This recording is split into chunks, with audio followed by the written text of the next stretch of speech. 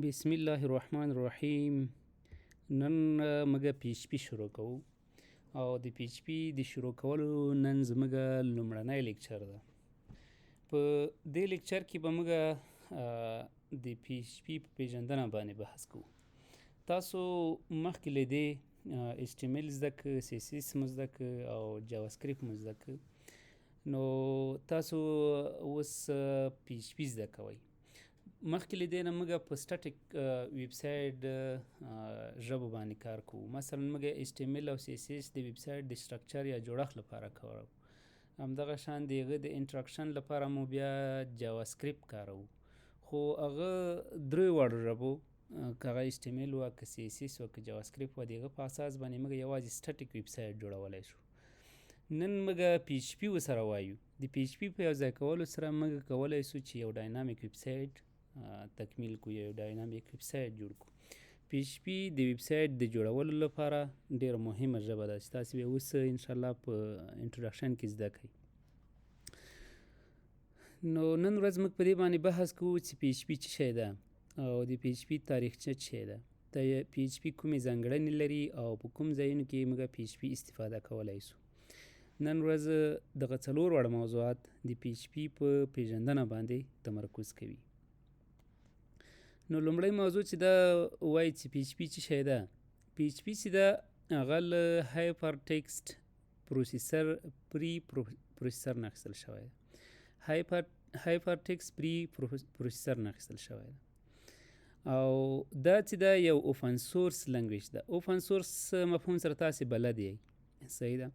موږ یو کلوز سورس لرو، یو اوپن سورس لرو. موږ اوپن سورس اپلیکیشنونه هم لرو، موږ اوپن سورس پروګرامونه هم لرو، موږ اوپن سورس لنګویج هم لرو، صحیح ده. همدغه شان کلوز سورس هم لرو. نو پی ایچ پی چې دا اوپن سورس ده، یعنی دا ته موږ کولی شو چې د دې کرنل ته لاسرسی پیدا کړو او موږ د خپلې خوښې تغییرات یا کوډینګ کې وکړو. او دا چې دا فری ده، موږ نه څوک په دې باندې پیسه نه اخلي چې موږ نه څوک په پی ایچ پی په پیسو باندې خرڅه کړي. موږ دا فری انسټالولی شو او په دې کې فری کار کولی شو. او همدغه پی ایچ پی چې دا سرور سایډ سکریپټینګ لنګویج ده. یعنی څه معنا؟ دا معنا چې دا یو سرور سایډ ده. موږ مخکې ژبې وویلې، جاوا سکریپټ مو ویلې یا ایچ ټي ایم ایل او سی اس اس. ژبه چې وه مثلا جاوا سکریپټ، هغه کلاینټ سایډ وه. موږ هغه په کلاینټ باندې استفاده کولی شو، هغه په کلاینټ کې پروسس کېدله. دا اوس په سرور کې پروسس کېږي. دا موږ یو ځل ځواب وبخښئ، یو ځل موږ غوښتنه د کوو، هغه غوښتنه ځي سرور ته، په سرور کې هلته پروسس کېږي، بیرته موږ غوښتنه راځي په براوزر باندې راته ښکاره کېږي. خو په هغه کې چې و ایچ ټي ایم ایل، سی اس اس یا جاوا سکریپټ کې، هغه هلته موږ غوښتنه به چې کوله خپله په همغه کلاینټ یا په کمپیوټر کې اجرا کېدله، هلته پروسس کېدله. سرور د هغه لپاره ضرور نه و. او د پی ایچ پی لپاره چې دا سرور ضرور ده چې ته باید سرور ولري. بدون له سروره موږ پی ایچ پی نشو رن کولی. نو پی ایچ پی لپاره سرور ضرور ده، صحیح ده. بیا مخکې درس کې موږ ویلې چې جاوا سکریپټ هم ځینې فریم ورکونه راغلي دي، نوي فریم ورکونه دي، مثلا نودز، هغه هم په سرور سایډ باندې کار کوي. خو پیور جاوا سکریپټ چې هغه بیا سرور سایډ نه ده. نو تاسې پوه شولئ چې پی ایچ پی چې ده هغه له هایپر ټیکسټ پری پروسیسر نه اخیستل شوې ده چې اوپن سورس ده، او بل چې ده سرور سایډ ده او سکریپټینګ ده، صحیح ده. سکریپټینګ تاسو ته ما په جاوا سکریپټ کې هم یو څه واضح کړی و، خو دلته هم لږ اشاره ورته کوو چې سکریپټینګ لنګویج چې دی هغه کې د ډیټا ټایپ چې ده، موږ کله چې یو وریبل یا ډیټا ټایپ لیکو، هغه ټایپ یې نه ورسره مشخص کېږي چې موږ ولیکو انټیجر یا فلوټ یا سټرینګ وغیره.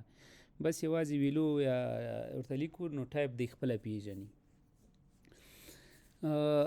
خو دا چې اوس اوپن سورس ده، سرور سایډ ده، سکریپټینګ لنګویج ده، شاید دا رقم نور هم همدغه ژبې ځینې ژبې دا رقم خاصیتونه ولري چې هغه اوپن سورس هم وي، سرور سایډ هم وي، سکریپټینګ هم وي. خو هغه ژبې او د دوی ژبې ترمنځ فرق دا ده چې دا د چی لپاره کارول کېږي؟ د ویب ډیولپمنټ لپاره کارول کېږي.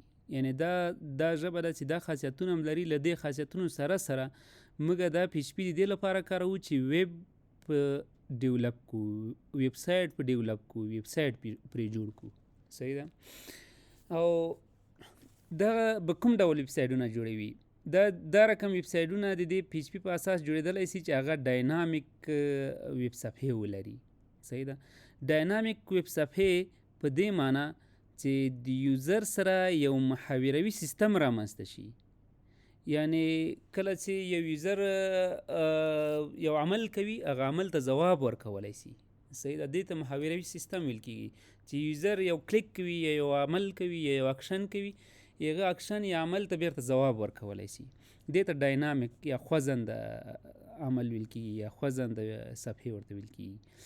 او دغه صفحې عموم کې چې دي دا شاته چې دي یو سرور سایډ باندې اجرا کېږي او شاته یو بکینډ هم لري چې هغه مربوط له ډیټابیس نه ده، یو ډیټا هم هلته ذخیره کېږي. نو تاسې اوس پوه شولئ چې پی ایچ پی چې ده هغه اوپن سورس ده، سرور سایډ ده، سکریپټینګ لنګویج ده او د دې لپاره کارول کېږي چې یو ویب سایټ په دې باندې هغسې جوړ شي.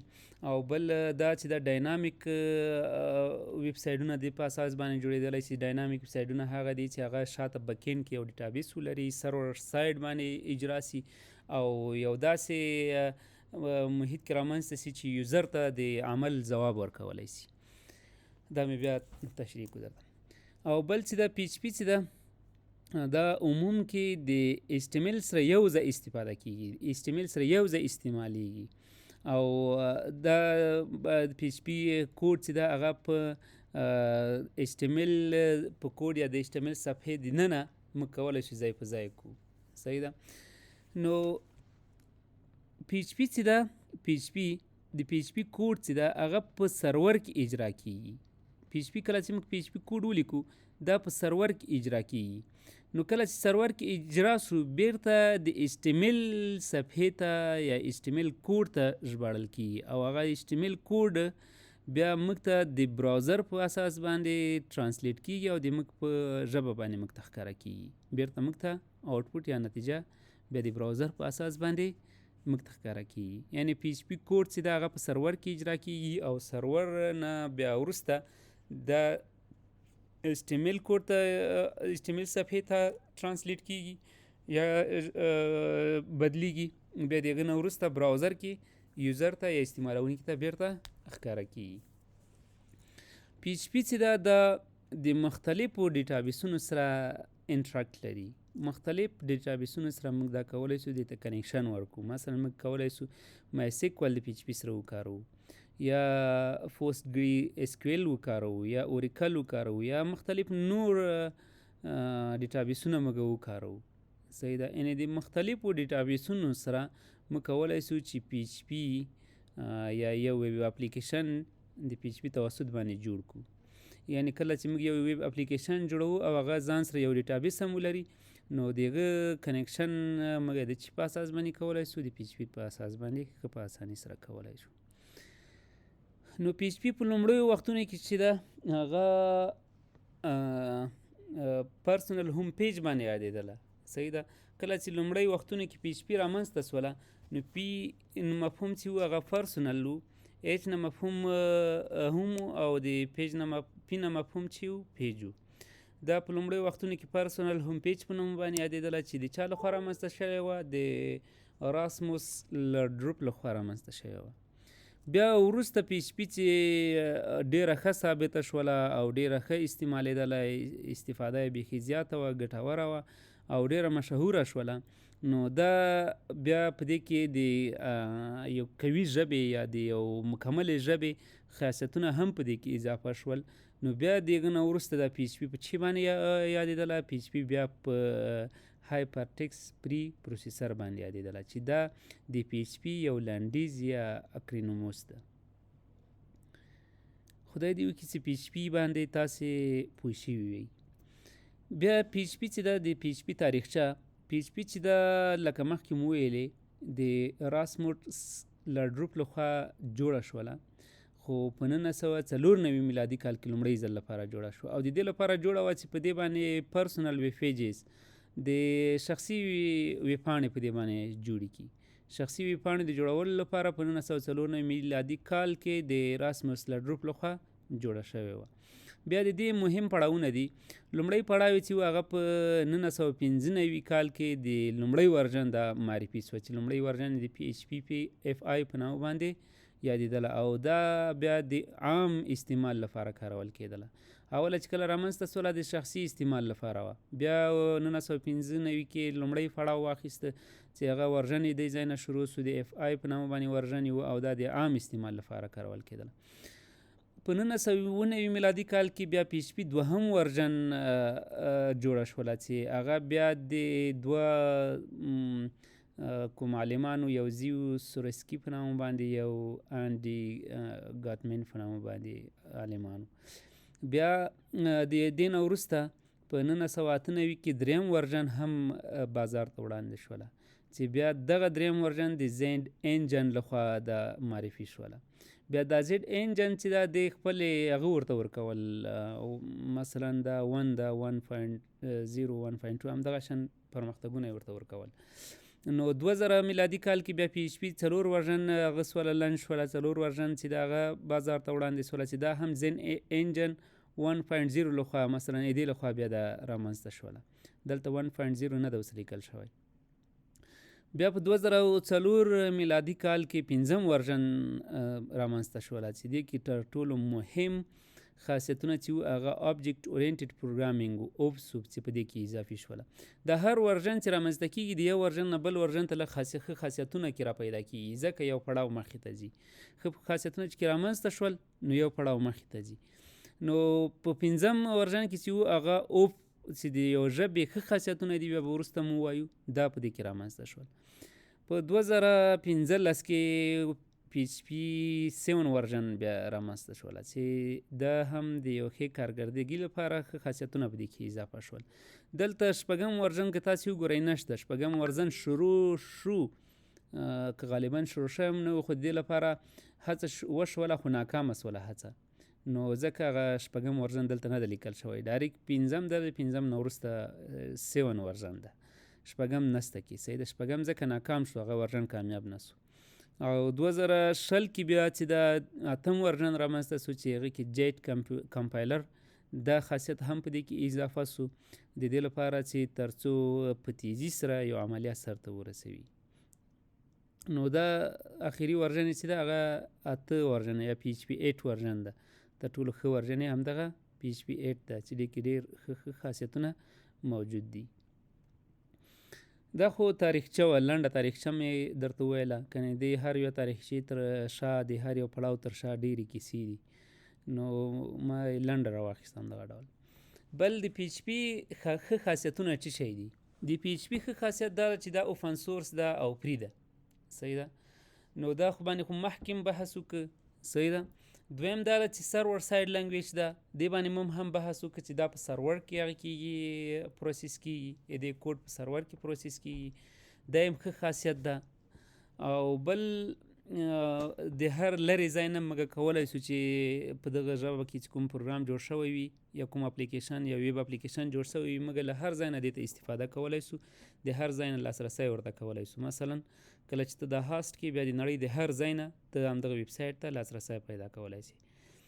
او بل چې دا کراس پلیټفارم ده دا په دې معنا چې دا PHP ویب اپلیکیشن چې یو ځل جوړ شي دا موږ په هر سیستم کې کارولی شو. دا کولی شو چې په وینډوز کې وکارو، کولی شو چې په لینکس کې وکارو، په مک وکارو یا په انډرایډ کې وکارو یا په نورو کې. په هر ډول سیستم کې موږ کولی شو چې دا PHP استفاده کو. یا هر ډول ویب براوزر کې موږ کولی شو چې دا PHP همدغه ویب اپلیکیشن موږ په هر ډول ویب براوزر کې راخلاص کو. بل دا چې د دې ډیټابیس سره ایزی انټیګریشن ده. یعنی د ډیټابیس سره د دې انټیګریشن یا کنیکشن ډیر اسانه ده.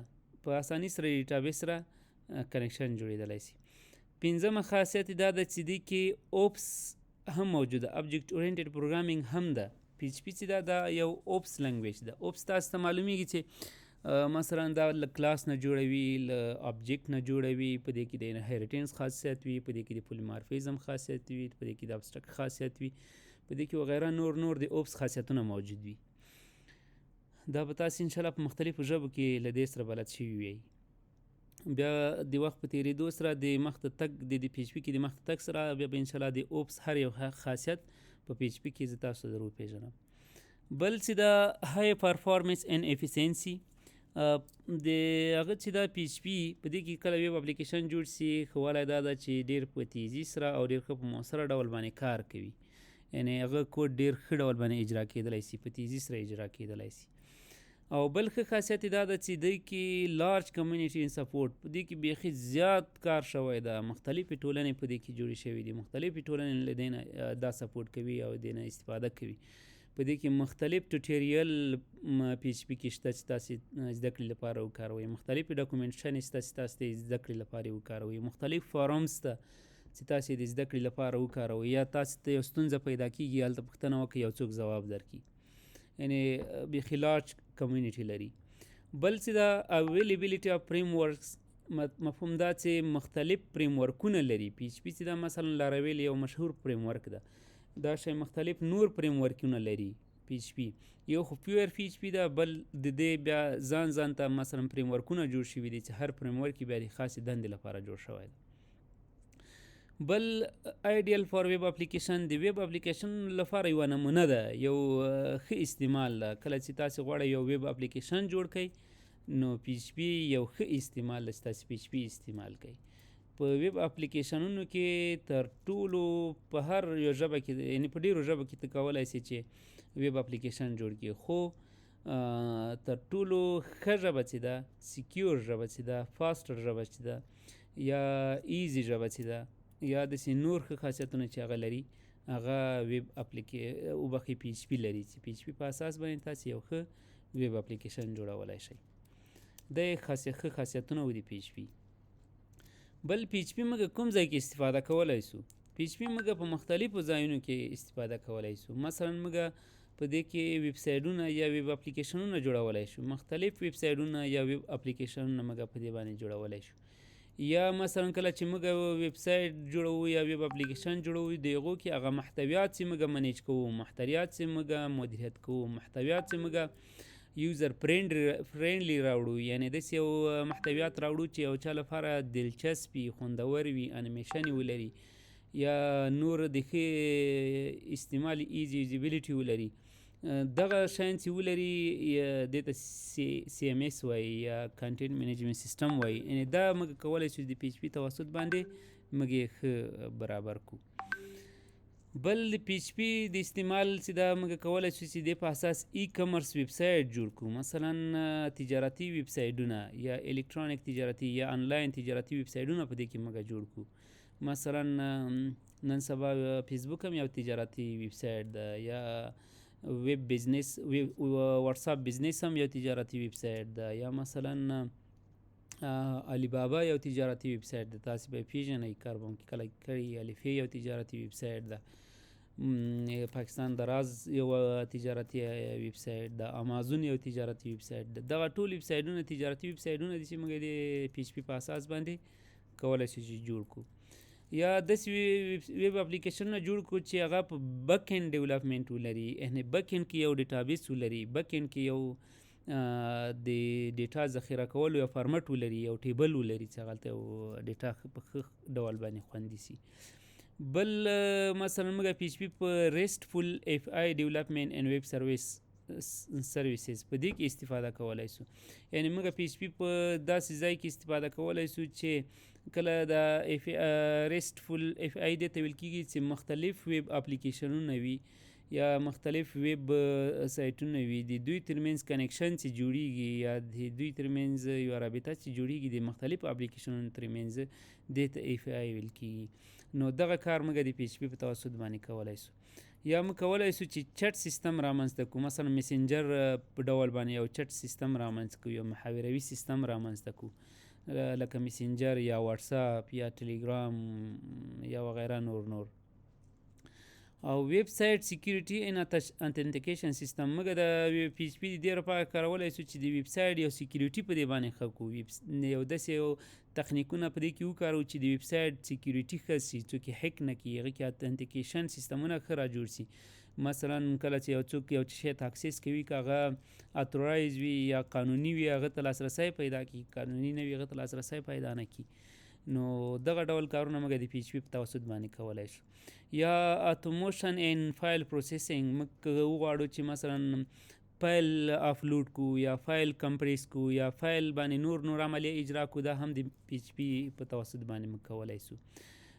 یا مثلا موږ په سوشل میډیا ډول باندې د سوشل میډیا په رقم باندې پلیټفارمونه جوړ کو یا فورمز جوړ کو، موږ د پی ایچ پی په توسط باندې کولی سو. مثلا فیسبوک کې یو ښه مثال ده چې د کې پی ایچ پی استفاده سوی ده، یا همدغه شان ټویټر ده یا لینکډین ده یا مثلا نور داسې سوشل میډیا پلیټفارمونه دي چې دا ډول پلیټفارمونه موږ په پی ایچ پی کې هم استفاده پی ایچ پی په توسط باندې هم جوړولی سو.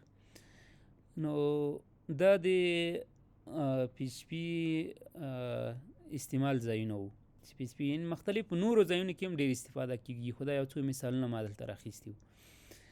او دې نه وروسته موږ بیا ومپ انسټالیشن وایو. ومپ انسټالیشن به انشاءالله په راتلونکي کې درس کې وایو چې ومپ انسټالیشن څه شی ده، ومپ په خپله څه شی ده. صحیح ده، دا به انشاءالله بیا په راتلونکي کې ووایو. له تاسو توجه نه مننه. خدای دې وکړي چې یو څه مو اخیستي وي او په پوه شوي یئ.